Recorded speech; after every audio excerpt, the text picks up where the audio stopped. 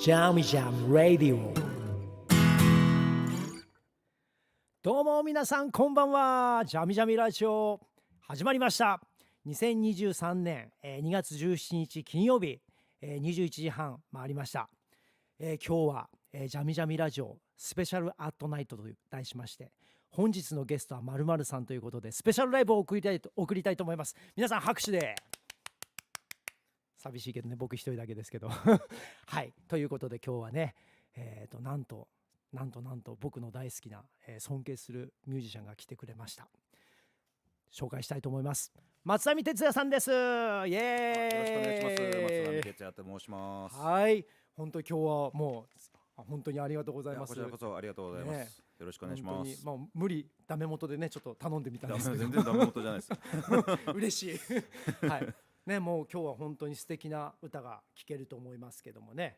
はい、今日松並哲也さんのフリーライブということで、ね、いっぱい曲歌っていただけると思います。だいたい1時間ほどの、配信を予定しております。皆さん最後までお楽しみください。ありがとうございますね。もうチャットが続々入ってますよね。はい、リピーターのね、緑茶中毒さんが間に合ったこんばんはということでね。はい、もう緑茶中毒さんいつもありがとうございます。本当にね、もうこういったコアなファンがね、大事なんですけども、はいね、緑茶中毒さんもねなんか松並さんのファンらしいんですよ。そうなんですか。ありがとうございます。もう絶対見るってね言ってたのでねこの間もね見てもらえて、はい松並さんどうです？ラジオ初めてですか？ライブこうやってするっていうのは。なかなかないですね。意外と、ラジオ出させていただく機会はあるんですけど、だいたいなんかCD を流していただいたりとか、スタジオでラジオで生ライブっていうのは案外ないです。はいね、なので緊張しております大丈夫はい、松並さんのペースでやってくださればいいのでね、はい、ぜひお願いします、ね。今日はねいろんな質問もね用意させていただきまして、僕の方からね、質問をするのもそうなんですけど、皆さんチャットの上でね、質問していただけるとねお答えできることはお答えしようかなと。ぜひぜひ質問お願いします質問お願いしますということなんでね、皆さんチャットの方にね、質問いっぱいつぶやいてください。はいということで、それでは、松並さんね、1曲目いきますか。もう行くんですね。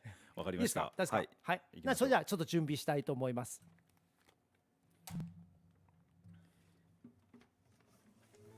はい、タイトルコールとタイトルコールと歌をね、やってくれるといいです。はい、今ね準備をしております。さあどんな曲でしょうね。思えばねジャミジャミラジオが一番最初にねかけた曲がね松並さんのね、新しいアルバムの再生というアルバムのね再生をねやったんですけれども、果たして1曲目何が来るのか乞うご期待ということで、はい、それでは、松並さん準備ができたようです。さあそれじゃあタイトルコールと曲お願いします。松並哲也で再生という曲を一番最初にやった聴いてください。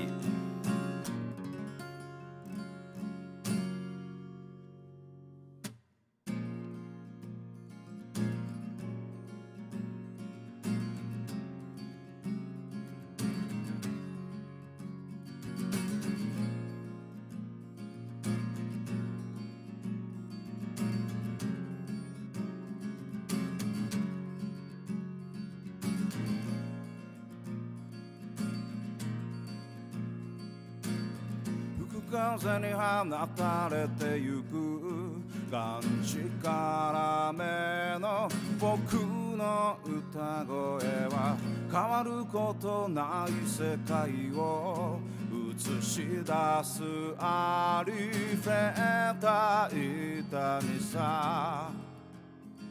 もしもまだ叶うならば届けてよ虹の彼方まで。何を語れるというの退屈な君君の見てきた風景で決まりきったその唇、僕の何がわかるというの。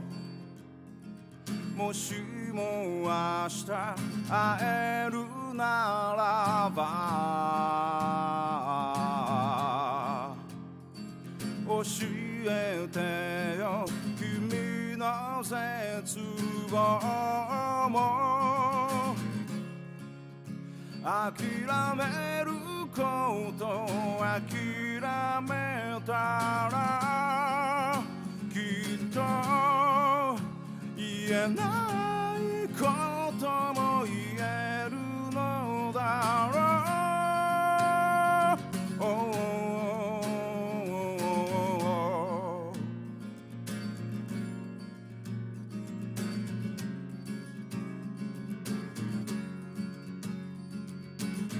傷口を晒したままで生きながらえてる君の歌声は来ることのない夜明けを暴き出すたった一つの奇跡さ。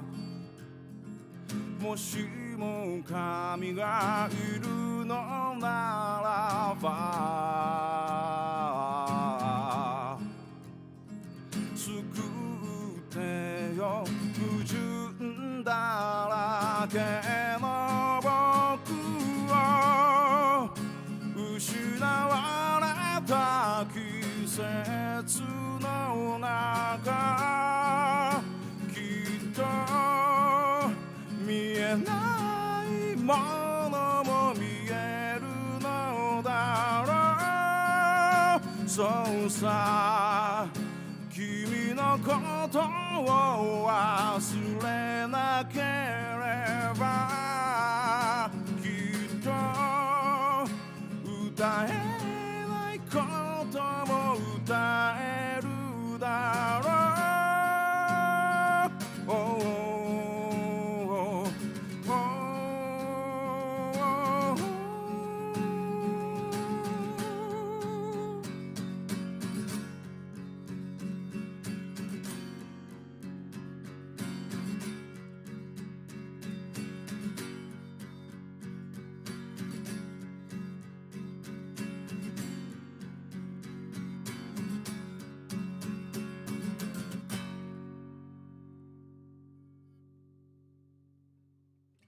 再生でした。どうもありがとうございます。ありがとうございます。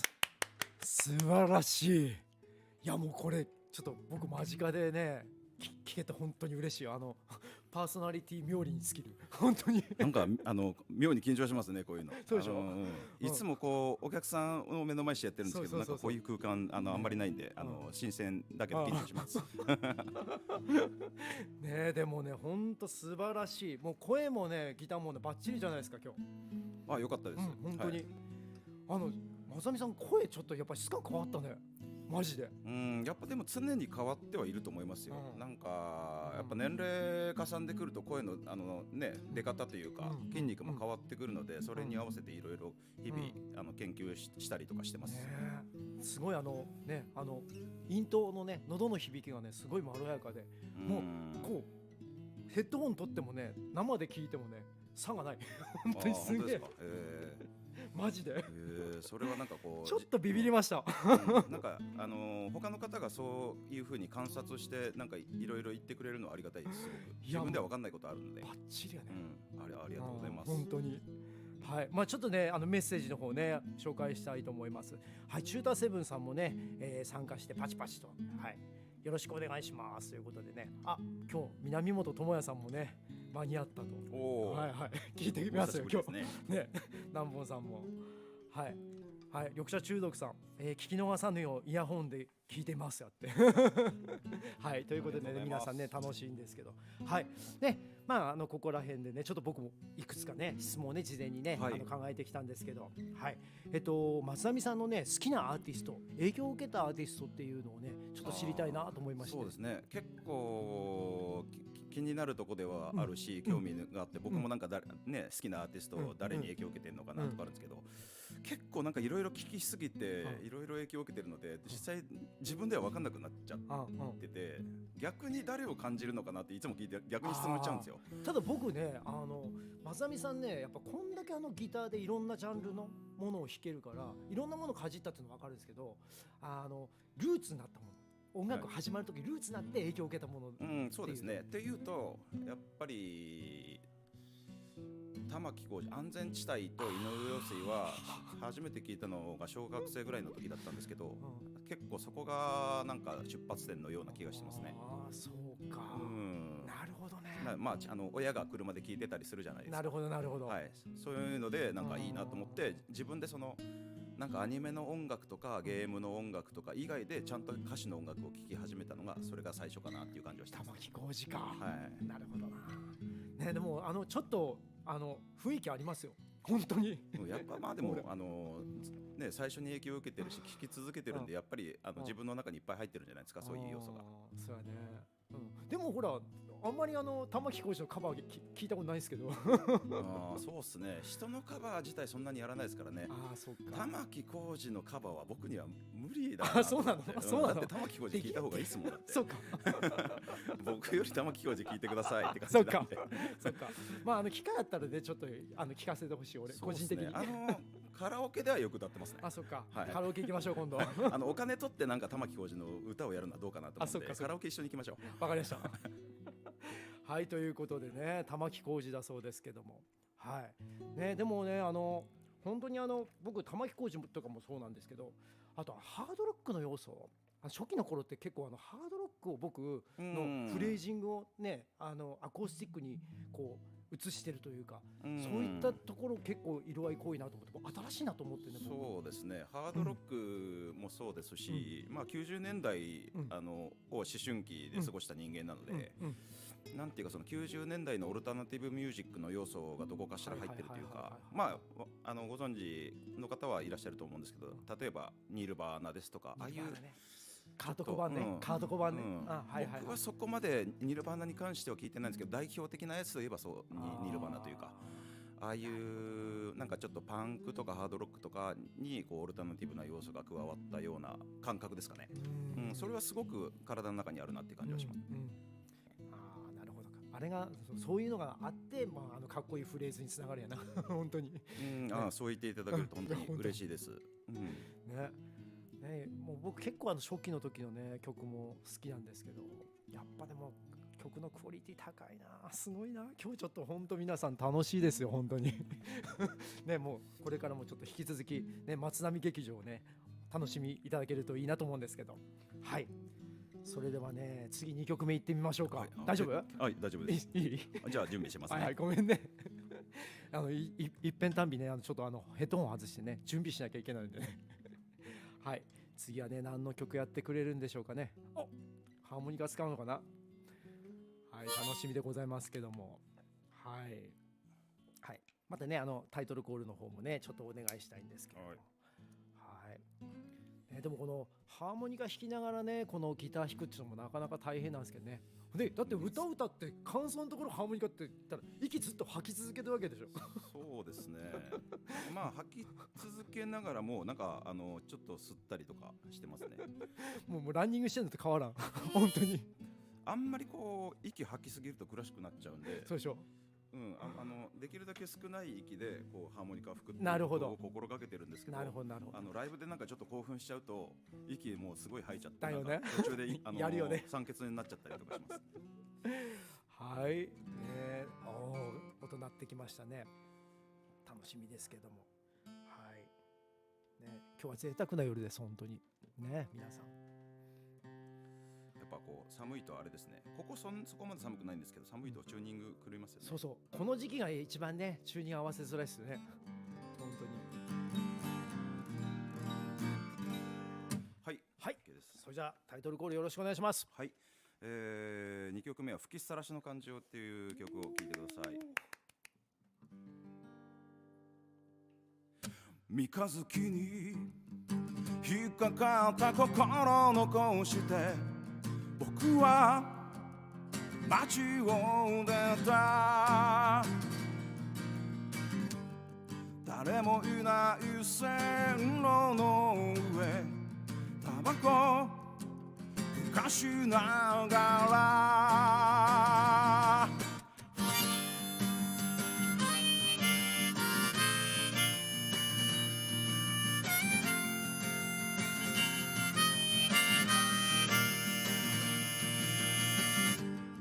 いつまでも光り輝いてる過去の面影よ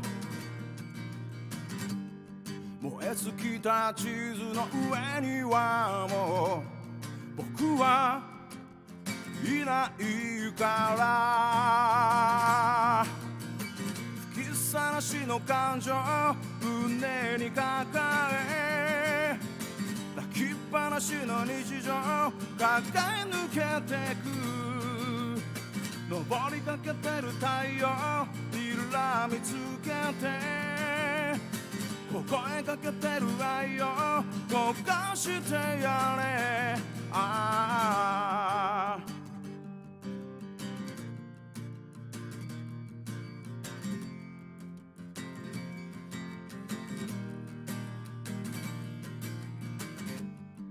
降り積もる雪の白さに似た人の寂しさは夜明け前の駅舎の中闇に消えていった吹きさらしの感情胸に抱え泣きっぱなしの日常駆け抜けてく登りかけてる太陽にらみつけて微笑かけてる愛を溶かしてやれ朝焼けに燃える街僕は手を振って忘れないよいつの日かここに帰る時まで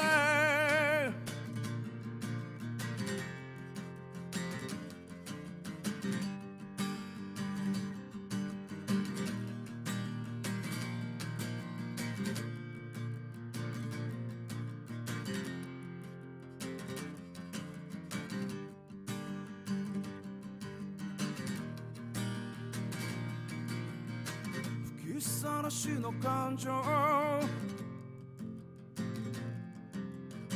泣きっぱなしの日常登りかけてる太陽凍えかけてる愛を吹きさらしの感情胸に抱え泣きっぱなしの日常駆け抜けてく登りかけてる太陽にらみつけて微笑かけてる愛を溶かしてやれ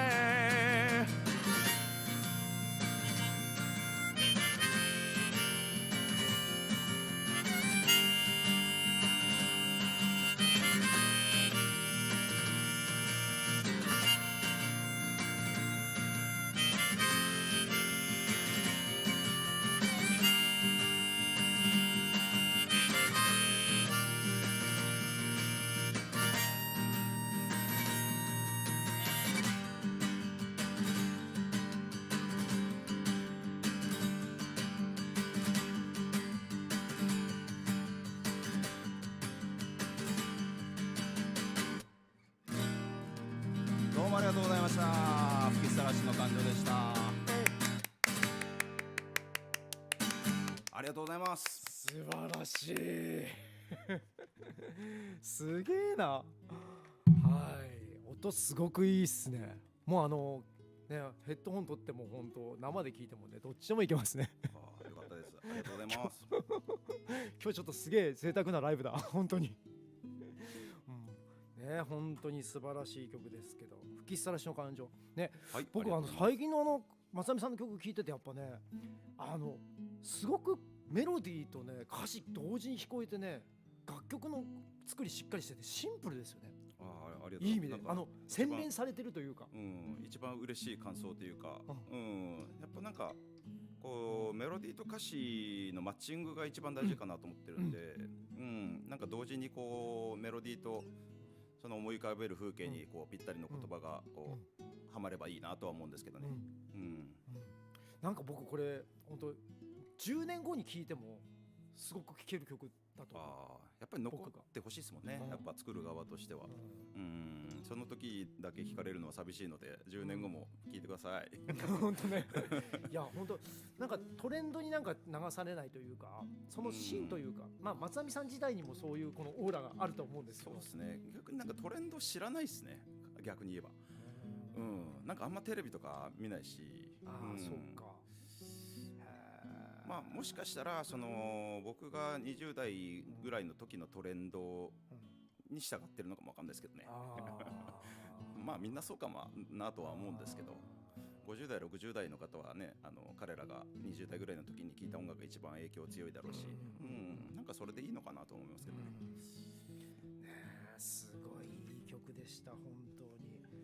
もう素晴らしかったんですけど、松並さんね、もう一個質問なんですけど、ライブ前のルーティンとか気をつけていることね、我々ねやっぱね40代もう後半なのでいろいろちょっと体とかもね気づかなきゃいけない年にはなってきたと思うんですけど。そうですね、まさにその通りで、なんかやっぱ体のコンディションを保つの一番気使ってるかなっていう感じですかね、ライブ前は。もちろんなんかやっぱ寝不足とかはもうありえないですし、お酒飲むのもちょっと最近ライブ前にね飲んだりとかもう一切しないですし。昔飲んでたの？飲んでたこともありますけど飲んでたな、うまくいったことの方が少ないですしね。やっぱりどうしても声出にくくなるし、音も遅れて聞こえるし、お酒はダメなのとコーヒーとかもあんま飲まないですね。そうなんだ。最近ちょっとコーヒーもやめてるし、乳製品も取らないですね。タン絡む、やっぱタン絡んだりとか、なんかこれとある研究によると、ライブ前に乳製品を取ると緊張しやすくなるという研究があるらしいです。なんか結構こういうのってどういうふうに体に作用してるのか分かんないじゃないですか。だからなぜそうなるのか分かんないけど、どうやらそうだっていう研究があるらしくて試しにやめてみてます。そうだよ、俺初めて聞いたそれはそうだよ。そういろいろなんか調べてたら乳製品は取らないっていう人も結構いて、タン絡むからでしょうね多分ね。単純にそれもあるんですけどね。あとライブ前は3時間ぐらい前までに食事済ませて落ち着かせるとか、そういう細かいのは結構いろいろやってますね。3時間前って大変です。僕逆に腹減るんですわ。結構人によりますよね。僕3時間前に食べてもうその後食べないってなるとライブしてる時に腹なんて集中できない。結構食べるものとか食べる順番とかによりますね。そっかそっか。米だけ食べると血糖値がこう上がって下がって3時間前に済ませてもお腹減っちゃうかもわかんないです。確かに糖分多いかもしれない俺なんかこれはなんか人それぞれあると思うんですけどね。そうかそうか。僕ちょっとやっぱね完全空腹ダメなんですよ僕。調子悪くなるっていうか。だから食べる量とかもなんか結構計算してこのくらいだったら食べてもいいかなとか。でもね僕悪い癖がもう欲に任せて食べちゃうから、もうたまにはゲップして収録してゲップなんか出ますよね。あとはなんかライブ前のその声出しっていうかウォーミングアップをちゃんとしっかり手順に従ってやるっていうことですかね。ウォーミングアップどんな感じでしてます？いつもなんかこう皆さんどういう風にやってるのか逆にわからないんですけど、僕の場合はこのブレスブレススタッカーとかから入って、あとなんかこうエッジボイスっていうんですか、わかりますかね。これで声帯のこの閉じ具合というか、声帯閉鎖の具合を確かめるとか。あとなるほど火の発音で航空共鳴を確かめるとか、そういう手順を踏んでなんかこうウォーミングアップ最近してますね。なるほどなるほど、はい、声は明らかに出やすいと思います、うん、はいね、ただまあなんか儀式みたいなもんなんで、うん、これをやることによって心が落ち着くのかなっていうなるほどな、はい、うん、そうか、へえ、なるほどね。僕は結構最初もう鍵盤というか大体鍵盤で音を合わせて、それに地声をとにかく出すんですよ。地声を、はいはいはい、地声を出して、でそれからちょっとファルセットやって、ファルセットと地声つなぐ程度なんですけど、まあ大体それで15分20分ぐらいかな、そのぐらいで、結構いいですよね、やっぱファルセットとかも出しておかないと。で最近ほらスマホに鍵盤があるじゃないですか。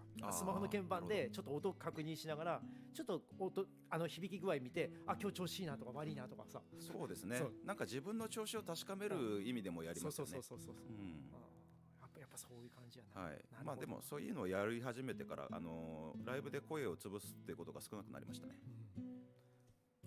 すごいいい声ですもんね、本当に。はい、まあしっかり飲んでください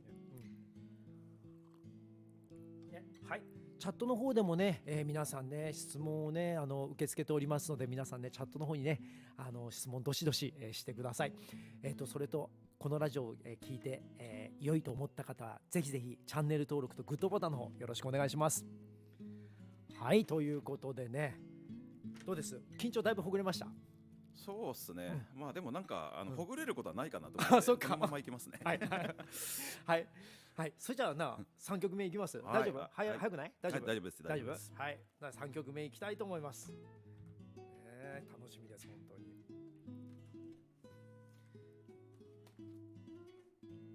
はい、今準備をしてますけどもね、だいぶ松並さんのね顔からもね笑顔が出るようになってね、はい、いい感じになってきたと思います。最初笑顔なかったです、ね、やっぱり緊張しますよ最初初めてだからはい、いい音やな。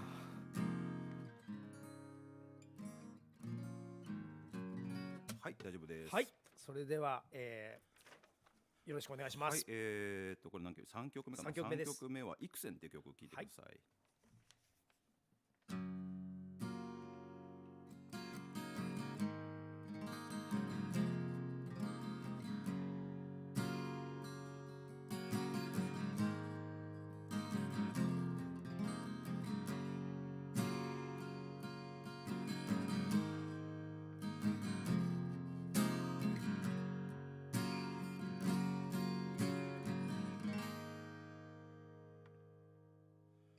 僕は今記憶の海を泳いでいるところ、あの日見た夢は今でも叫んでいるのかな。明日また会えたらいいね。僕らは手を振り合って電線で区切られた空を見上げて歩いてく。祈るように僕たちは幾千の夜を越え、手にした言葉さえ錆びついてくよ。そう君に届く前に遠ざかる笛の音色を聞きながら僕らは生きてる。何もかも通り過ぎてくいつかのあの歌よ。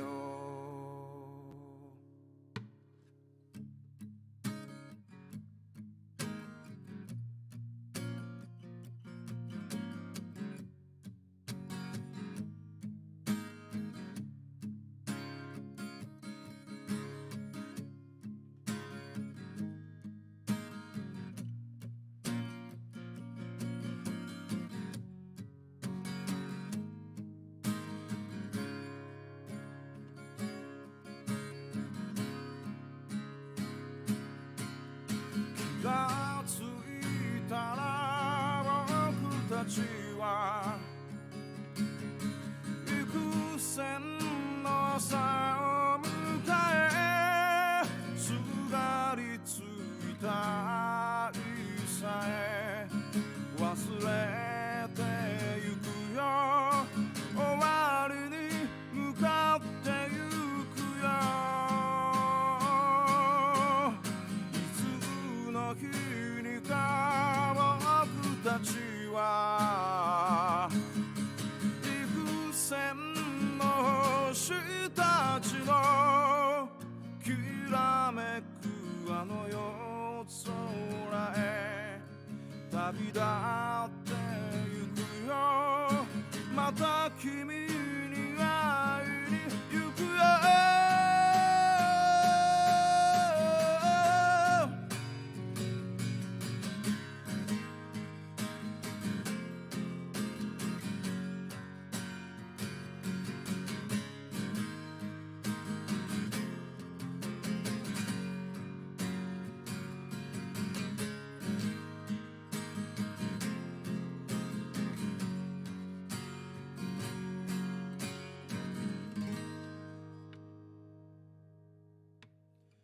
明日また会えたらいいな僕らは手を振り合ったあの日見た夢は今でも叫んでいるはずさ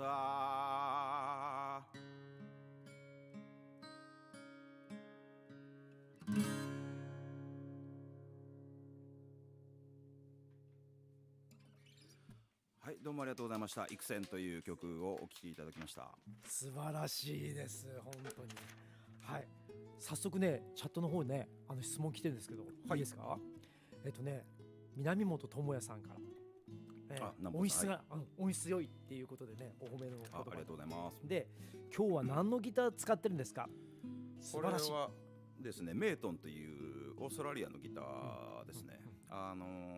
トミー・エマニュエルとかが一番有名なんじゃないですか。全く僕に合ってないギターいや本当にいいギターですよ。すごくいい音するんですけど僕には合ってないかなって思いながらずっと弾いてます。まあね初期のね松並さん知ってる方のギブソンのねイメージがそうです結構ね、ね、ありますからね。ギブソンの方がなんか声に合ってるかなとは思うんですけど、なんかちょっとギターの調子悪くなっちゃったんでそれはもうちょっと引退させて引退なんや引退っていうか、まあ、レコーディングでは使えるかなって感じなんですけどね。そうか、はい、ライブでちょっとなかなか激しくっていうのはちょっと難しいところで。そうですね、エレアコとしてちょっとなんかこう調子が悪いなって感じですね。なるほどな、でも僕メイトンの音も嫌いじゃないですね。いい音ですよ、いい音です。すごい高級感あるしね、なんていうかその低音がちょっと出にくいギターなんですよ。なんでこの伴奏としては低音が出てた方が歌はすごく歌うの楽になるんですよね。これまあ一般論ですけどね、間違いないです。そうだからこのメイトンは低音が出ないのですっごい歌頑張らないといけないなるほど、はい、でも力感がなくてねすごくいい感じで歌えてるから、なんかそのおかげでなんか歌頑張って歌うようになったんで、まあ良かったのかなそれまで手抜いてたわけじゃないんですけどはい、頑張ってます最近いや松並さん昔から手抜いてないですよそうよかったです。手抜きに見えてなくてよかったです。いやそれはみんな言ってますって周りがよかったすげえね。はい、まあ今日はこんないい音でね聞けていいんですけども、はいね、次のね質問なんですけど、新アルバム再生のリリースにあたっての思いや、なんかこう面白かったエピソード、なんかちょっと辛かったエピソードとかね、なんかあればいくつか話を。なんか、一応その再生ってアルバムは3枚目のアルバムになるんですけど、バンドアレンジなんですね。まあ聞かれた皆さんはご存知でしょうし、その前の2枚のアルバムはアコースティック的なアルバムなんですよ。アコギ1本でこう撮ったような、なのでバンドアレンジっていうところでまず違うんですけど、最初作り始めた時はアコースティック路線で作ろうと思って作り始めたんですよ。でもなんかももういいかなと思ってそうだよ心変わり心変わりというか、もう同じこと続けるのが耐えられないというか、もうちょっと違ったことしたいなと思って、途中からなんかバンド路線に変えて、はいはいはいはい。ただなんかその DTM の環境が完全には整ってなかったんで、なんかその辺を整えるのに結構時間がかかりましたよね。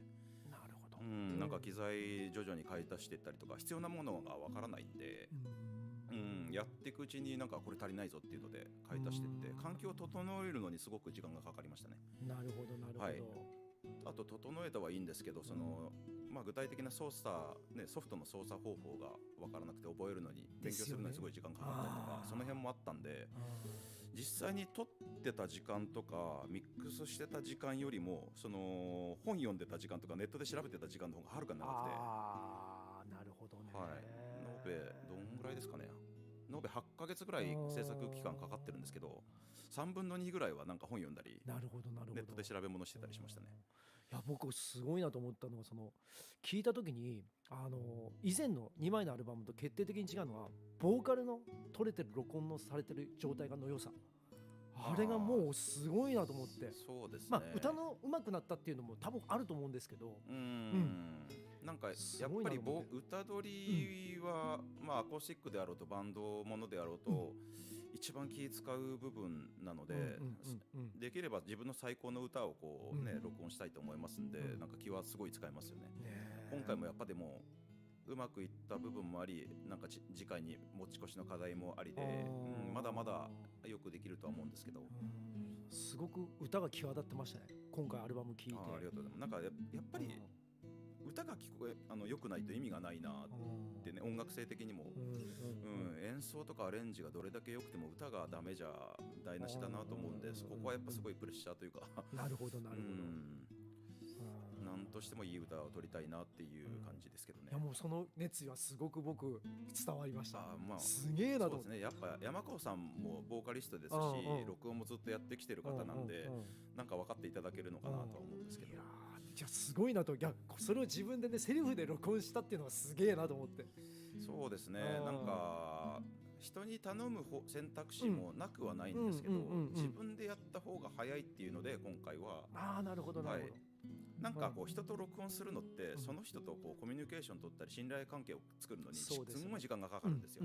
なのでこの先はなんか誰かに頼むっていう方法もありかなと思うんですけど、なんかその時間を DTM の勉強に当てた方が有意義かなと思って、今回は自分で全部やりましたね。なんか松網さんってこれからその、自分でさ創作活動とかもやりながら、なんか誰か他の人にそのレコーディングのお手伝いだったり、その制作側っていうお手伝いっていうのをやりたいなと思ってるんですか？どうでしょうね。その、以前、青木茂雄さんとかね、浜ちゃんとかの CD は録音のお手伝いしたことあるんで、やったことはありますけど、今のところなんかまだその域にではないなというか、もっともっとその DTM 上手くなったらあるのかもわからないですけど、ただ今のモードとしては自分のためにもっと制作時間を使いたいなっていう感じなので。いやでも本当今回のその再生はね、僕も結構聞いたんですけど、いやもうすごいなと思って、本当にベースをねすごいこの楽曲にきちんと解けてて、あそこまで弾くのに結構時間かかるやろうなと思ってね。ベースはなんか以前やってたバンドで、そのレコーディング途中にベーシストが失踪しちゃったことがあって僕が代わりにレコーディングを続行するっていうことがあったんですよ。その時にかなり特訓したんですね。なのでベーシストに比べて弾けはしないんですけど、ベースのそのライン、アレンジとか浮かぶし、弾けなくはないぞと。ただ本職に比べたらやっぱ全然甘いですけどね。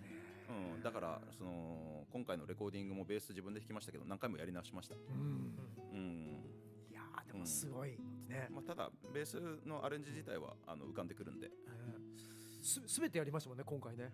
そうですね本当にアコースティックギターもやったし、エレキも弾いたし、ベースも弾いたし、あとプログラミングもねやってるもんね。ミックスもやりましたから。すげえマスタリングだけ外部です。そうですね、マスタリングは外注です。さすがにちょっとマスタリングというのはミックスとまたちょっと違って、違いますよね。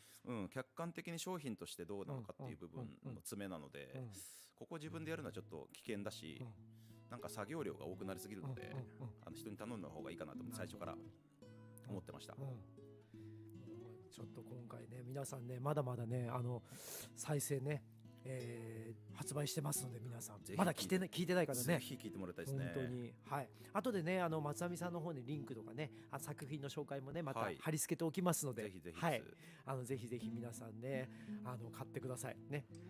これはあれですよね、買えるんですよね。どこで買えるんでしたっけ？ですね、ライブ会場もしくは、インターネットショップ、インターネットショップでね、インターネットショップ自分のありますので、ベースで作ったやつがありますので、そこからどなたでも簡単に買うことができますので、ぜひぜひお買い求めくださいませ。ということで皆さんぜひぜひ、再生聞いてください。さあそれじゃあ、どしどしいきましょう。次4曲目いきましょう。はい。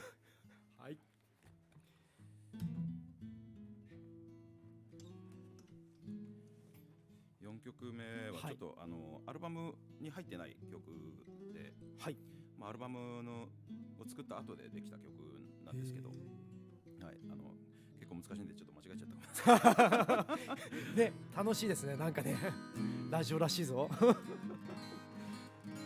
生ですからね、緊張しますね。これがなんか電波じゃないか電波ではないです。なんかインターネットの線の中を伝ってね、皆さんの元に届くって思うとなんか緊張しますね。はい、やります。4曲目は白夜月っていう、白夜の月と書いて白夜月、真昼の月のことですね。白夜月って曲をやります。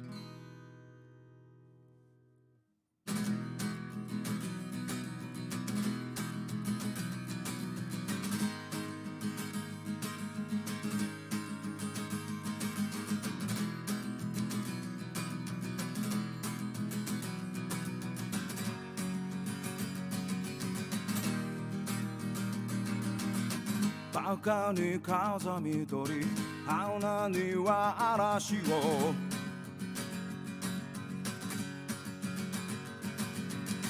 明日が来るの恐れるがいいよ。君の肩を叩くものは昨日奪った命さ。穏やかな朝の光は幻さ、幻さ、幻さ。おなじみのポーズ、気取る眼差しを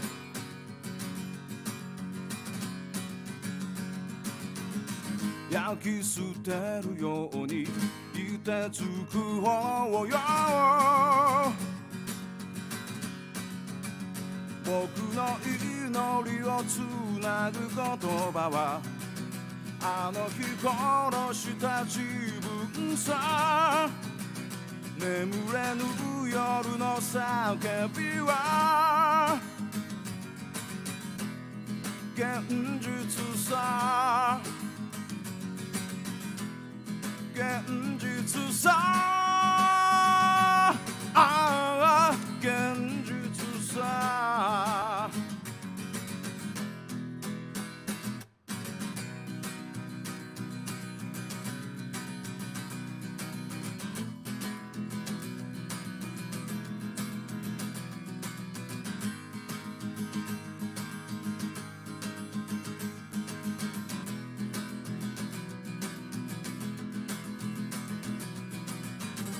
ロマンの花の名前も知らず生きてきた。この胸の寂しさに名前をつけてくれないか。諦めたように踊るアホども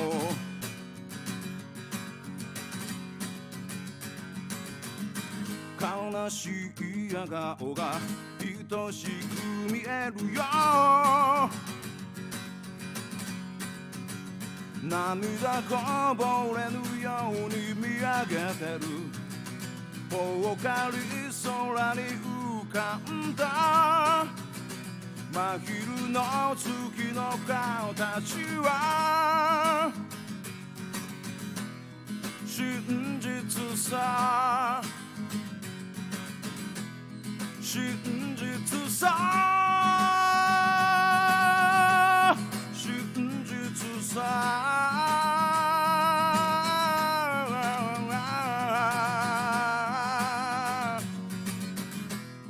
真実さ現実さ幻さ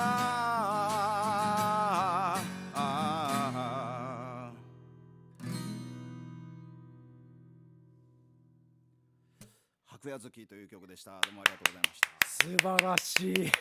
かっこいい曲だな。ありがとうございます。すごいねえ、すごいな。本当ね、緑茶中毒さんね、まさみさん、日々生きる気力が湧いてくるいい歌です。もう涙マークですこれ。ありがとうございます。もう拍手拍手ですね。はい、もぐもぐさんからね、こんばんは、すごい生のライブ感バッチリ、松並さんの歌声聞けてよかったと。はい、ありがとうございます。感動しております皆さん。ね、本当にすごいね、僕もね贅沢な時間もう過ごさせていただいてますけどもね、すごいな本当にね。曲すごいですね。もうなんか先ほどねお話伺ってたら、もう40曲ぐらいは作ったということでね。そうですね、もっと作ってはいますよ。ねもっと作ってライブでやってるのは40曲ぐらいですね。すごいなね。素晴らしい曲です。もっともっと作りたいですけどね。はい。やっぱ今どっちかというと制作する方が比重を置いてるんですかね。そうですね。なんかもっともっと作りたい気分ではありますね今は。なるほどなるほど。はい。なるほどね。今日ね皆さんすごい珍しいんですよ。松並さんが歌詞をね立ててるんですよ、譜面台ね。新曲出すっていうことでね、新曲ね演奏してくれたんでね、新曲を今日は一応予定演奏する予定でいるんですけど、なんか公式にこうまだやったことなくて、明日僕ライブあるんですよ。福井市内のライブハウスでライブあるんですけど、その時に初めてやろうと思って頑張って覚えてるんですけど、どこでするんですか？ライブどこでするんですか？ライブは福井ノーサイドというライブハウスでありますね。はい。まだチケットあります？チケットほとんど必要ないです。来ていただければ入場できます。入場できるんだ。はい。ぜひぜひ皆さんね、今日の曲聴いてね、ライブ行きたいっていう方、ノーサイドの方に明日ね、片町の方へ。福井片町ではないです。片町北の小。北の小か、ごめんなさい。はい、北の小です。はい。はい、皆さんぜひぜひ行ってください。素晴らしい白夜月、かっこいいなこれね。はい、またこれもね、どういう形でね音源発表するのかわかんないですけど、そうですね。アルバムに入るかどうかわかんないです。でも。そっか。はい。まあなんか単体でよくてもなんかアルバムの流れとかその時のねなんかモードとかあるんで。そうか。今まで入らなかった曲もあるし、まだまだだからいっぱい作りたいですね。なるほどね。作れるうちに作っとかないと。そうね。素晴らしい曲でした本当に。はい。まあね、次もう一個質問なんですけど、今年の活動予定というかね、ライブの情報ね、いろいろ教えていただきたいなと思うんですけど。ライブはそうですね。3月2月もね明日ありますし、3月4月も決まってはいるんですけど、なんか全体的になんかどういう感じになっていくのかって何をしたいのかとか全然なんか決まってなくて、曲を作りたいなっていうモードなんで。なるほど。ただライブはありますのでぜひ皆さん遊びに来ていただきたいんですけど、直近だと明日ですね、ノーサイド。あと3月の11日にこれまたノーサイドなんですけど、自主企画という形で僕が企画をやるライブがあります。結構いい感じのライブになるかなと思いますので、皆さんぜひ遊びに来てください。はい、ということでね、ノーサイドでまずとりあえずね3月もありますので、皆さんねぜひぜひ足を運んでいただきたいなと思います。はい、すごいな本当にね。でも曲曲がねやっぱねすごいね、シンプルにね迫力とね感動がね全然違いますねやっぱ本当に。ライブの時とやっぱりこの生で聴く時のインパクトがねやっぱりちょっと受ける印象も違うし、いや曲がやっぱり改めてねすげえしっかり作ってるなっていうのがねすごい分かります曲はやっぱり、一番大事というか、なんですかね、歌ももちろん大事なんですけどね、なんか曲メロディーとやっぱ歌詞いいの作りたいなっていう気持ちは強いですね。僕本当にセンシティブっていうね印象を受けました今日。センシティブ、繊細、本当に迫力なんかあるんだけど、僕結構なんかこう見た目ががたいいいんで、なんかそういう風に見られないんですけど、実はすごいそうなのよ、ガラスのようなそう結構計算してね。そうですね、センシティブ本当にみんな本当にみんなに聞かせてあげたいくらい本当にそうですね、なんかこう繊細なのなかなか分かってもらえずにこう結構ガサツな人だと思われてるんですけど。そうですよねいやガサツとは思わないですけど、案外そうでもないんで、皆さん繊細に扱ってください。よろしくお願いします。本当に僕もね松並哲也見る目がちょっと変わりました本当に。ありがとうございます、本当に意外性って大事ですよね、やっぱ進化してるなやっぱね。はい、それじゃね次もねなんか新曲という話が。そうなんですよ、新曲やっていいのかなと思うとなんかすごいうろ覚えなんでなんですけど、でもなんかせっかくなんでちょっとやってみたいなと思いますはい、さあ次の曲もね皆さん新曲ですよ、お楽しみに。いや本当にこれもう出来たてほやほやなんで皆さんちゃんと聞くの初めてだと思います、明日一応やる予定ではいて、練習してるんですけど、今日これから帰った後もちょっと覚えないそうなのまだじゃあはっきり覚えてなくて、さすがにライブハウスだったら歌詞カード見れんね。見れないですからね暗いからね、今日は見ますけど、でもなんか今日珍しく歌詞を目の前に置いてやってるんですけど、僕歌詞見ながらやるのダメですわ。あ、そうなんか集中できない。でもそうですよね、やっぱり覚えた方がいいなと思いました。僕も歌詞ダメなんです、見ながらやると絶対失敗するんですって。なんか良くないですね。なんか見ながらやる人いるじゃないですか。逆によくやれるなと。僕もそう思いますね、今日松田さん眼鏡かけてるんですよ、歌詞よく見えるように。そうなんですよ。だから普段はライブの時眼鏡かけないんで歌詞が見えないんですよ、だから単純に見えないから覚えるしかないっていうのはあるんで、確かに、腹くくれますよねそうですね、もう間違えたら間違えてしょうがないなっていう感じでいつも言ってるんですけど、はい、それではお願いします。タイトルゴール。はい、まっさらの新曲で、光はすべてを投下してっていう曲です。文学的だ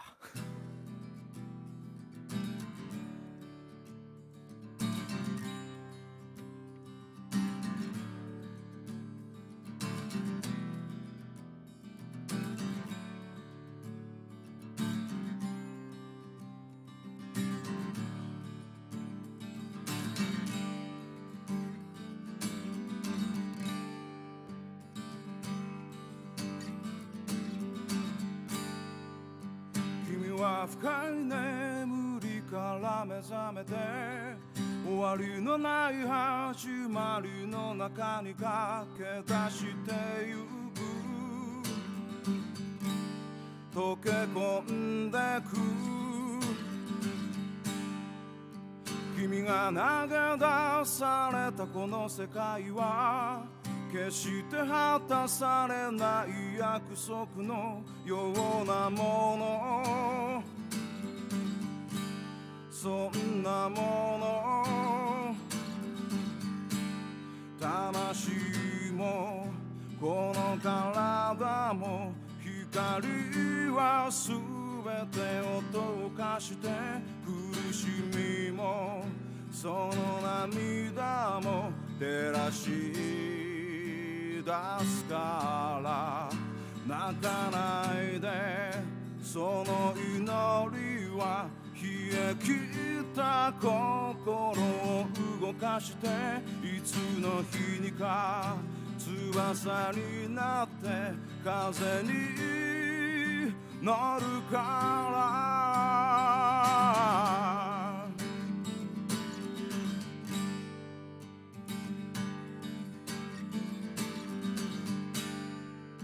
錆びついた言葉をかなぐり捨てまっすぐな確信の爪痕を刻み込む切り開いてく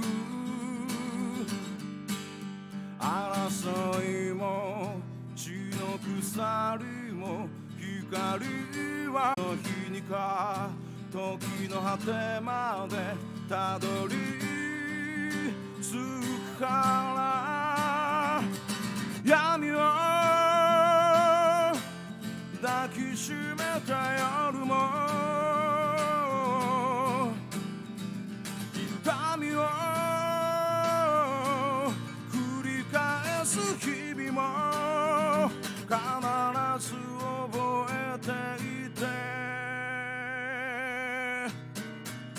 魂もこの体も光は全てを溶かして苦しみもその涙も照らし出すから恐れないでどんな時も未来は全てを凌駕していつの日にか君も僕も光になるから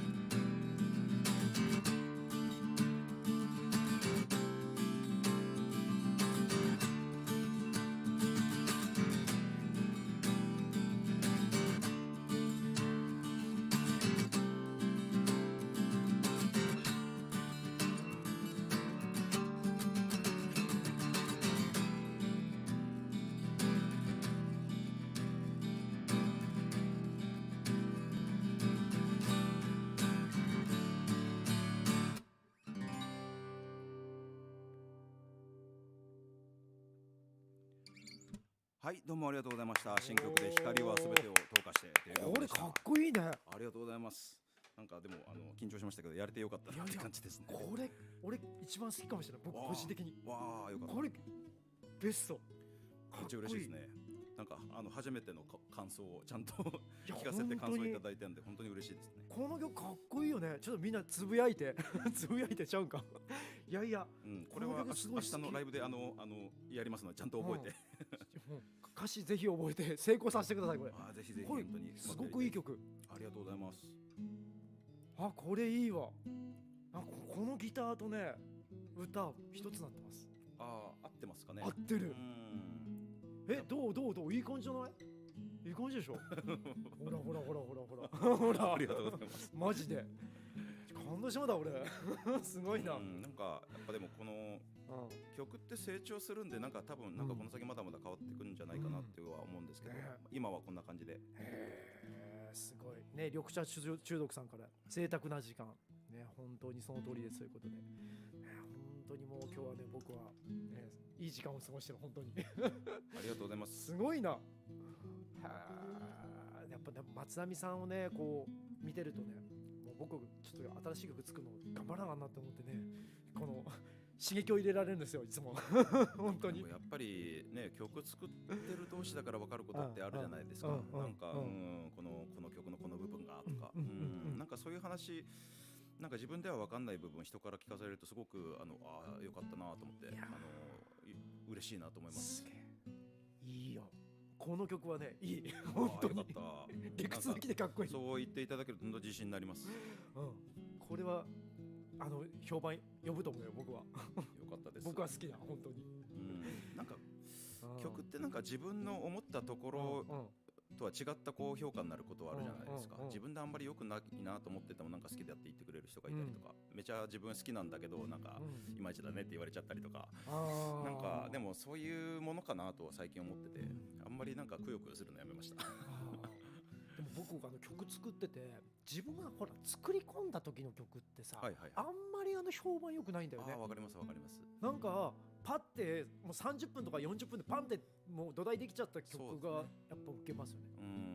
確かに確かに、なんかそういうパッていい曲ができちゃう時ってそれまでなんか自分の中にあったものが蓄積されたものがいい形になってこうパッと出てきてるんで、そういう時の曲が一番いいですよね。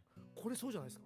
いやこれは案外そうじゃなくて、そうなんだ、結構に1週間ぐらいかかりましたよ。なんか作るのに作り始めて作り終わるまでもうちょっとか10日ぐらいかかったかもしれないですね。そっか。どちらかというとなんかこうパッてできた曲じゃないですね。まあちょっと凝ってますもんね、展開がね。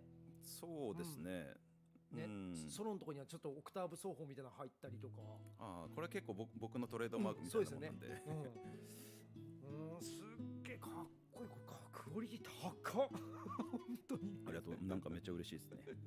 じゃあ俺も本当に聞かせてくれてありがとうって感じですね。本当に聞いてくれてありがとうです。いや本当にね、はいね。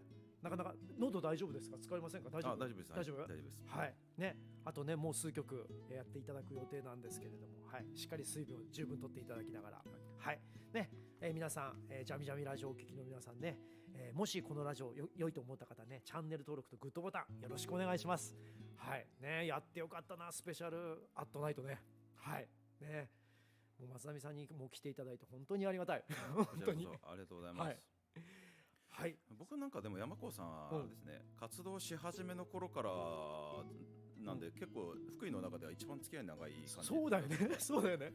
なんかでもやっぱり最初の頃本当いろいろ教えていただいて、いや教えたなんてめそもないですよ。いやなんかこう、最初こう歌のこう声の出し方とかすごい悩んでたんですけど、なんか山子さんがいろいろこういう風になんか練習するといいよとかいろいろ教えてくれたんで、なんかそれが結構成果がその後、そうなの？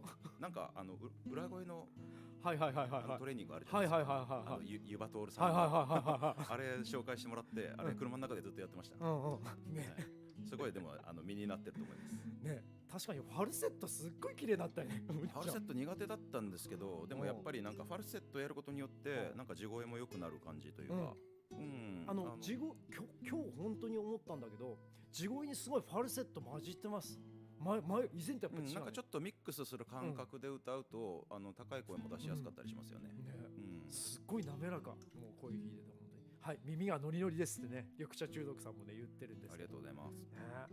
本当ね、松並さんねすごいな本当にね。松並さんはね、俺昔さ、これ事故ったじゃないですか、追突事故されて、ありましたね。その時入院した時にね、わざわざお見舞いに来てくれたんですよ本当に。あれそうでしたっけ？そうね、なかなかね周りの人ねちょっと気使ってるかなんかしら来てくれなかったんですけど、松並さんが唯一来てくれてね、もう嬉しかった。そう行きましたね。ライブがほんで僕出れなくなったんだよね、企画してたやつがね。そうですね。ありました。あれ何年前ですか？僕39とか、もう10年近くなりますね。そんなに？10年近くなる。10年ぐらいになる。多分。僕来年で今年歌い始めて10年経つんですよ。そう10周年、6月で10周年なんで、でもそんぐらいの時でしたっけ？そうですか。そう僕39ぐらいの時やったと思うんですね、きっとで今年僕49なんで。そうですか。なんか全然自分ではそんな経った気がしないんですけど、そうですよね、いつの間にか10年経っててやばいなって感じですね。本当にはい、まあねすごいなね。まあでもこうやってね未だに音楽続けられてるっていうのがね本当に嬉しいなと思って、ありがたいですね。嬉しい。松並さんも頑張ってるし、俺も頑張らなが本当になんか続けてる人がいるっていうのは励みになりますよね。そうですよね。なんか結構いなくなっちゃったりする人もいるんで寂しいですよね。本当にまたこれ聞いてる人で昔やってたしっていう人は戻ってきたらいかがでしょうか。ね、本当ね。はい、ということでね、話は尽きないんですけど、はい、それじゃあ6曲目いきますか。ね、はい、素晴らしい曲たくさんね聴けてね、もう耳が本当に喜んでおります僕の本当に。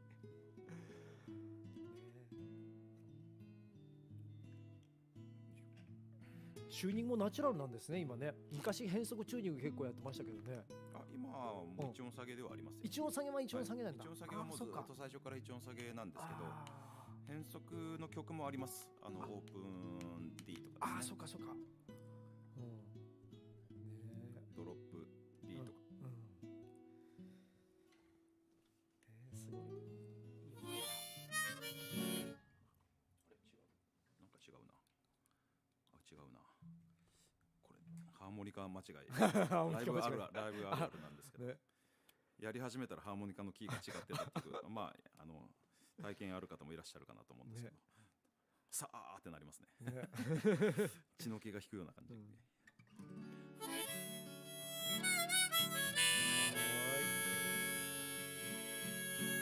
これは聞いたことある曲だ僕は。好きな曲ですね僕の。はい、OK です。じゃあ、6曲目ですね。行き交う人々っていう曲。はい。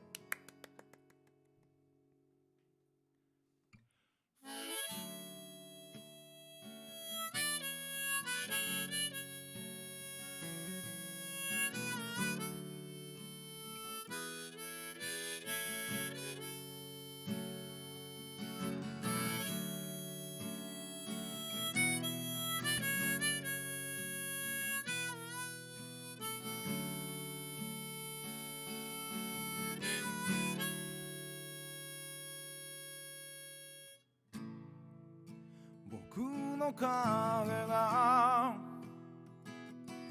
東の方へ伸びて、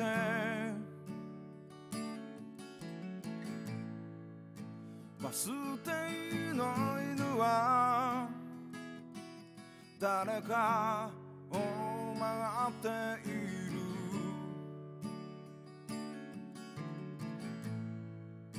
夕暮れの街は慌ただしさを増して、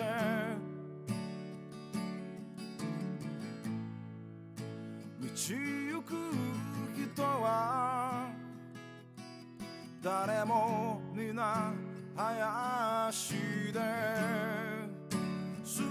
ぎてゆく。なくしたものを探して僕たちは今日もオレンジ色の街角を曲がる。行き交う人々はどこに帰ってゆくのだろう。行き交う人々の中に君はいたのだろうか。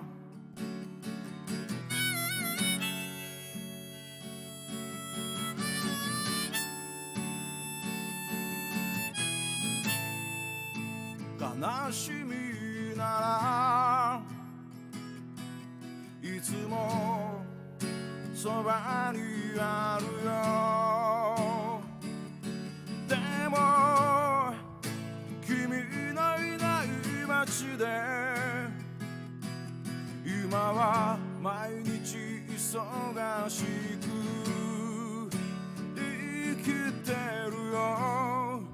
物語はどこまでも続いてゆくから巡る季節の中でずっと行き交う人々はどこに向かっているのだろう。行き交う人々の夢はいつか叶うだろうか。行き交う人々にどんな願いがあるのだろう。行き交う人々に愛する人はいるのだろうか。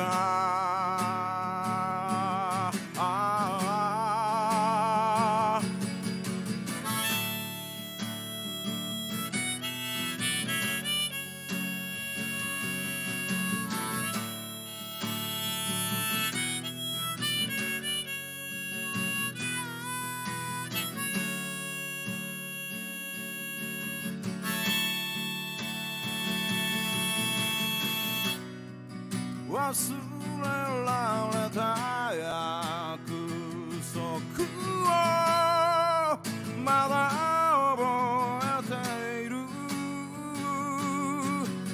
変わる街の片隅で今も行き交う人々にどんな願いがあるのだろう行き交う人々は何を思っているのだろうか行き交う人々は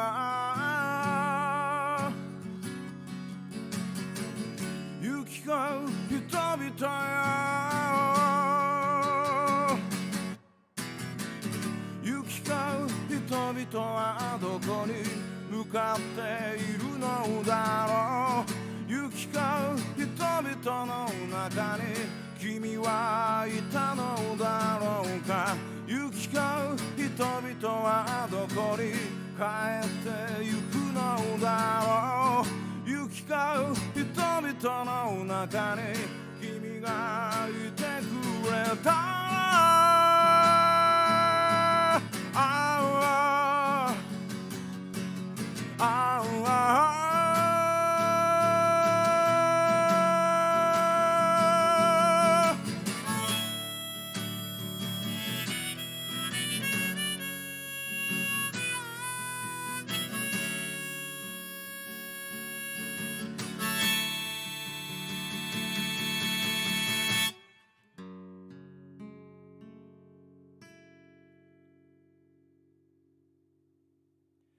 行き交う人々でした。どうもありがとうございました。素晴らしい。しみるな。しみるな。はい。どうも松本さん疲れました。大丈夫？大丈夫ですよ。大丈夫です。ね。ちょっとここでね、チューターセブンさん、誰だ？ライブの時に必ず食べるご飯とかあります？終わった後とかにって書いてあるんですけど。終わった後ですか？終わった後。どうだろう終わった後は特にないかな。なんかライブハウスでそのまま打ち上げしたりとかするんですけど、まあ食べ物出てきたりもするんでそれ食べたりとか。でもなんか早い時間にライブ終わってまあ帰るかってなった時はラーメン屋寄っちゃったりしますよね。やっぱりラーメン。はいはいはい。ラーメンとカレー。ラーメンとカレー。松崎さん。そうですね。ラーメンもカレーも好きですけど、まあラーメン多いかな。ラーメン多い。でもほらこれ後でね次の質問やったんですけど、はい、ツアー中に食べて美味しかったものっていうのね。そうですね。ちょっと聞きたいなと思ってて。なんか案外こうツアーしてても、なんかこうリハーサルだなんだで案外こう時間がなかったりするんですよ。なのでそんなに食べ歩きもできないんですけど、北海道行った時のジンギスカンは絶対外せないのと、はい。あと広島の方行くと尾道ラーメンってのがあるんですけど、尾道ラーメンは大好きで、これはもう外したくないなって感じですね。尾道僕一回食べたんですけど、あと僕尾道さん和歌山って行ったことあるんですよ。和歌山ラーメンも美味しいね。美味しいね。美味しいですよね。なんか最近昔とちょっと好みが変わってきたのが、ああいう中華そば系が好きになってきたんですよね。なるほどなるほど。昔はなんか豚骨とかちょっとギトギトしたものも食べてたんですけど、最近はなんかこう中華そば系醤油味。なるほどなるほどなるほど。あっち系が和歌山ラーメンもそうだし、尾道ラーメンもそうなんですけど、あっち系が好きになってきましたね。なるほどなるほど。ちょっとさっぱり系というか。そうですね。さっぱりでなんかこう豊かな出汁が効いてると思う。なるほどなるほどなるほど。なんですけど。わかります。中華そば。どっか美味しいところを教えてください皆さん。そうやね。僕ほらこの辺で言うと丸岡にありますよね。中華そば屋さん老舗のなんつったっけ。どこですか。お城の近くに。名前が出てこん。名前が出てこん。ぜひぜひ教えてください。中華そば屋さん。後でちょっとまた調べて教えますわ。そことかね。あと新龍ラーメン行きません？春江の。新龍ラーメンできますねたまに。新龍も結構混んでますもんねあそこね。あそこでも人気ですもんね。人気ですもんね。あそこのなんか塩ラーメンはなんか大阪のお店の流れ組んでてファンが多いんで。詳しい詳しい。でそこ行ったんですよ。新龍ラーメンの人がもともと働いてたお店っていうのが大阪にあって、ルーツ辿ったやん。はい、ヨースコっていうお店があって、なんかたまたまライブしたところの近くにあったんですよね。へなんで行ってえみたんですけど、あ、新龍ラーメンだとか思って、そうなんだ。はい、美味しかったですね。僕もね、新龍ラーメンは結構ねハマっててね、よう行くんですけど、いいですね。春へね行くんですけど、皆さんもぜひぜひね新龍ラーメン行ってみてください。なんか美味しいラーメン教えてください、コメントで。カレーはどこ美味しいですか？カレーは僕ね、案外なんかカレー好きで通ってるんですけど、案外どんなカレーでも好きで、それこそなんかココイチとかも全然大好きだし、まあ昔定番でしたもんね。ココイチも大好きだし、なんか吉野家とか松屋とかのカレーも大好きだし。そうなのよ。吉野家のカレー俺この間初めて食べたけど、美味しくないですか？全然美味しいじゃんと思って。なんか結構家カレーに近いんですけど、またそれがいいですよね。わかる。でもあれ吉野家の味ですよね。家で出せない。そうですね。何らかの出汁が効いているのかなとは思ったんですけどね。あとなんかこうカレーではないんですけど、最近ここ 1,2 年で初めて食べたものでビリヤニっていうのがあって、最近ブームですよ。あ、ブームなんですか？テレビでむっちゃビリヤニ特集してますもん最近。そうなんですか？なんかすごい金沢の方なんですけど、美味しいお店があって、そうなの。衝撃受けましたね。いやカレー好き絶対にビリヤニ試すべきって言ってて。そうですね。なんかカレーの炊き込みご飯みたいな感じで、なんかこうライムとかレモン絞って食べたりとかするんですけど、なんかすっごいなんか美味しいなと思って、香辛料効かせて鶏肉とかね、お肉ね一緒炊き込むってね言ってましたよね。ハマりましたね。そうビリヤニ食べてんだ。へえ。いや僕まだビリヤニ食べたことなくて、福井県でやってたことあるの？福井ってビリヤニの店まだまだ少なくて、ただ二宮のブックオフわかります？はい知ってます。あそこのブックオフに隣接された喫茶店があったんですよ。ロボっていう喫茶店があったんですけど、あそこが喫茶店閉店した後にカレー屋さんが入って、スパイス足りてますかっていう、カレー屋さんが入って、そこが水曜日の夜限定でビリヤニナイトをやってます。まだ僕行ったことないんですよ。でも近いうちに行きたいですね。行きたい。俺も行きたい。水曜日の夜です。水曜日の夜か。ビリヤニナイトっていうのをやってるんで、そこが結構本格的なビリヤニを食べれるお店らしいです。皆さんね、こんな結構食通でしょ、松並さんね。全然です。結構僕ジャンクなものも好きなんで、あとなんか気に入ったもんがあると1ヶ月でも平気ですね。ずっと連続して。そうか。でも美味しいものってジャンクですよね。思いません？そうですね。体に悪いのは分かってるんですけど。分かってるけど欲しますよね、体がね。なんかその罪悪感が調味料というか、さらに美味しく朝マックのポテトわかります？わかります。アッシュポテトみたいなのあるんですけど、あれ大好きなんですよ。ハッシュポテト僕も好き。あんまり食べると体に悪いんで、たまにしか食べないんですけど、好きですね。そうですよね。やっぱ炭水化物ね、脂っこいの俺も大好き。そうですね。もともとそういうのが好きなんで良くないんですよ。松並さん体とかって健康診断とか大丈夫？全然。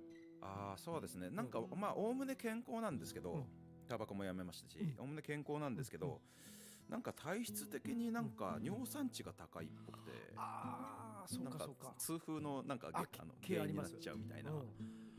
でなんかこう魚卵、魚の卵とか内臓とかですね、ああいうのが良くないというので避けてますね。なるほど。でもすごい好きなんですよ。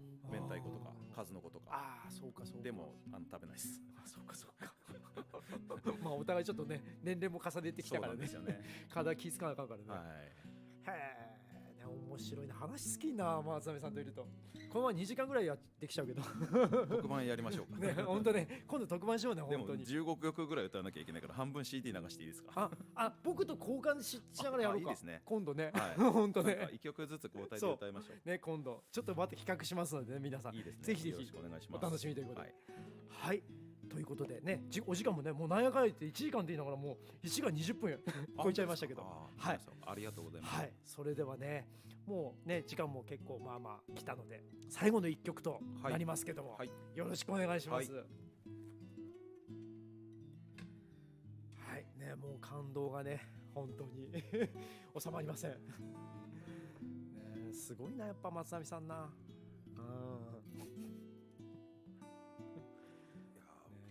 やればやるほど自分はまだまだだなと思っちゃいます。そうですか。本当になんか歌い始めぐらいの時の方が図に乗ってたかもわかんないです。いやでも歌なんか声がやっぱ深くなりましたよね、なんかね。なんかやっぱ年取ったから声が出にくくなってきちゃって、それでなんかいろいろ研究重ねた結果前より出るようになりました。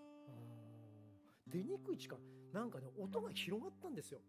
広がってるというか、やっぱりその裏声とかいろんな成分の声をこう出せるようになってる、太くなってる感じが、なんていうかその、ただ単にこう大きい声を出せばいいという歌い方ではもうなくなってきてて、それだと持たないぞっていう感じで、声を響かせる歌い方になんかこう変わりたいなって感じで、今日はすごく感じてます、それ。でもそういうの感じ取ってもらえるのが本当嬉しいですね。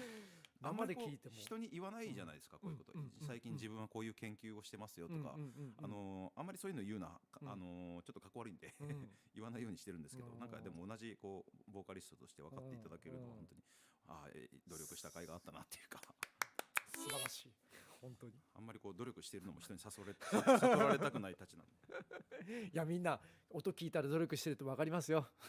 こっそり努力するタイプなんで。なるほど。昔からこうテスト勉強したって聞かれて、いやしてないよっつってなるほど、そういうタイプやね、実はめっちゃしてるんですけどなるほどなるほど、いましたね昔ね嫌なやつですねはい、ということで、それでは最後の一曲になります。はい、最後の曲はこれ、アルバム再生に入ってる曲なんですけど、再生の最後の曲ですね。人生は始まったばかりさという曲を最後に聴いてください。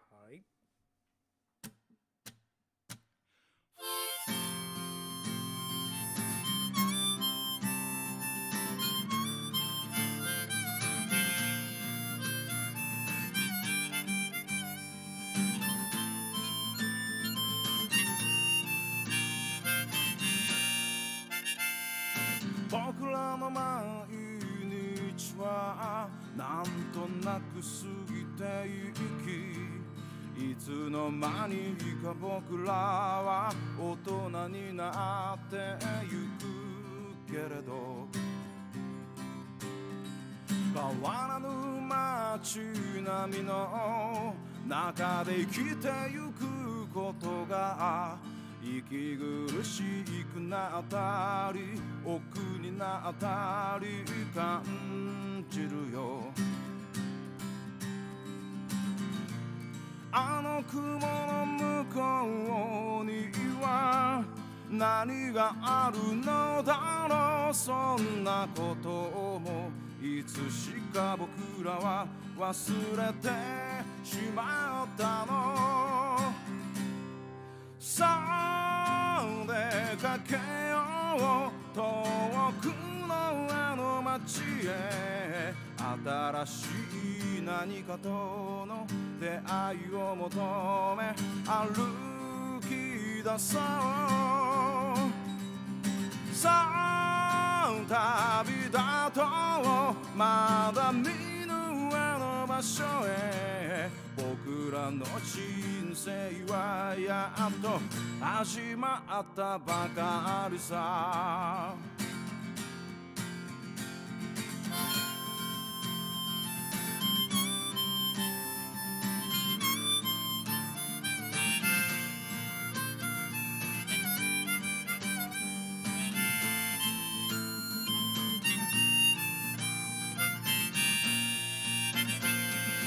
あの日の夢ならばまだ覚えているはずさ。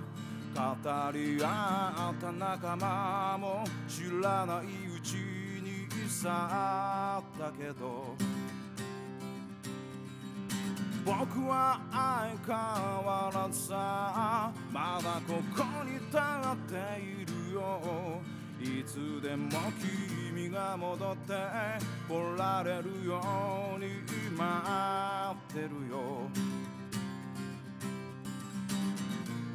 あの海の向こうには何があるのだろう、そんなことを思い浮かべては笑って暮らしてる。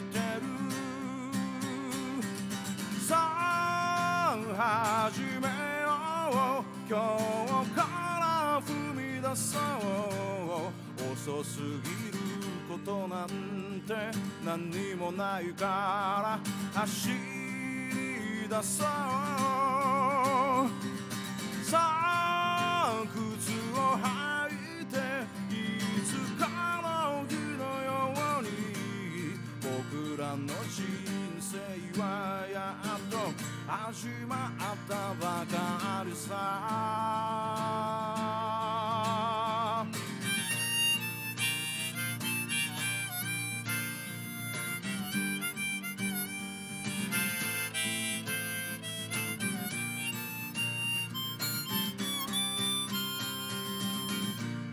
悲しみの向こうには何があるのだろう。そんなことをいつでも僕らは探し続けてる。さあ出かけよう遠くのあの街へ。新しい何かとの出会いを求め歩き出そう。さあ旅立とうまだ見ぬあの場所へ。僕らの人生はやっと始まったばかりさ。新しい人生はやっと始まったばかりさ。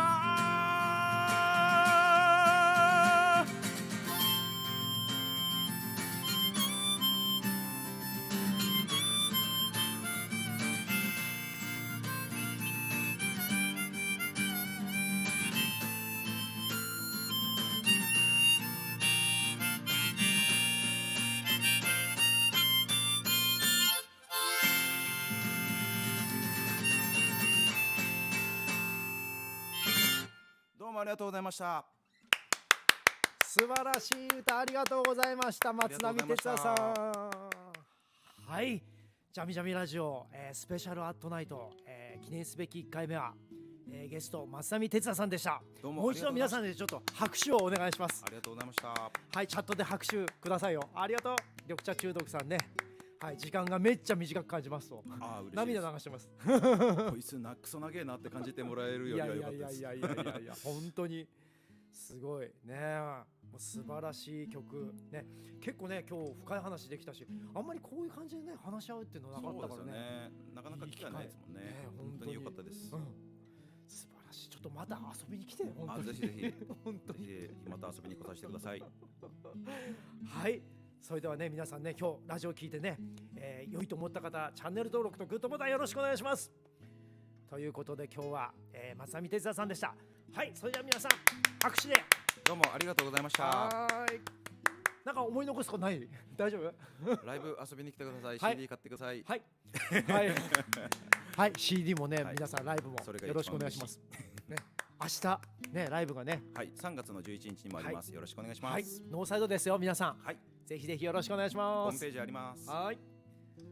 はい、ということで、ジャミジャミラジオ、第6回目ですけどもね、これで終了したいと思います。ちょうど1時間半かはい、ね、1時間の予定でしたけども、はい、楽しい1時間でした。はい、本当に、皆さんねちょっとまだ2月は寒いので風邪ひかないでね、皆さんしっかりねあったかい格好して寝てください。はい、またね週末からちょっとね天気が崩れるそうなんでね、はい、お体にお気をつけください。それではね、次回の、放送ですけども2月21日火曜日、15時から、またいつも通りの配信がありますので、それもぜひぜひ聞いてくれたらなと思います。それでは、パーソナリティ山内幸でした。皆さんおやすみなさい。バイバイ。